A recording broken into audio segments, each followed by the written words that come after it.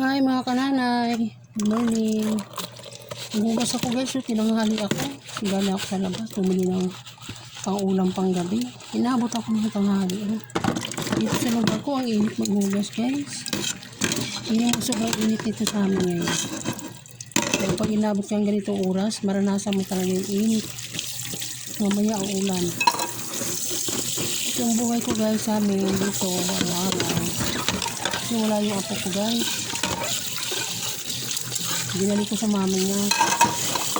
Kasi pag hindi ko binigay yung apo ko sa nanay niya, hindi ako makakilos, hindi ako makabili ng ulam.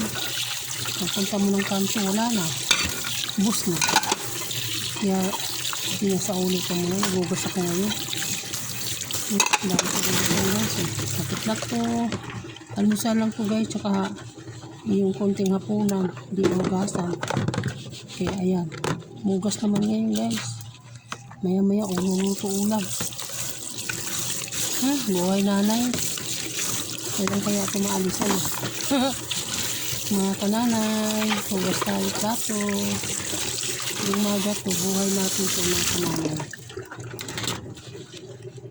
Salamat na lang sa Panginoon, may anak akong provided. Araw-araw yun ang provide ng ulam namin. Mama, mag-isip ka na ng ulam, kung ano ulamin. Yun, sa tindahan siya. May pagdating sa ulam, may problema guys, kasi may anak ako. Suporta sa pagkain. Ang bunso naman, wifi. Pagdating ng 3 months o 6 months ba? Meron siyang sa video, 6,000 na bigay ng binipot sa video. Kaya mag-grocery yan siya guys. Mister ko naman, Meralco. Yung tubig na inumin namin, kung wala siya, ako nagbabayad. Palitan kami guys. Pagdating sa gas guys, share kami kung magkano. Kasi kung inasahan mo yung isa guys na bibili, naman. Kaya kailangan share pagdating sa gas. Kung sinong nandito, siyang bibili ng buo. Pero kung siyang bibili, mamaya sisingilin mo siya, nakabuno ako ng gas. Kaya hindi mahirap kami na mawala ng gas kasi share kami. Yan ang buhay namin.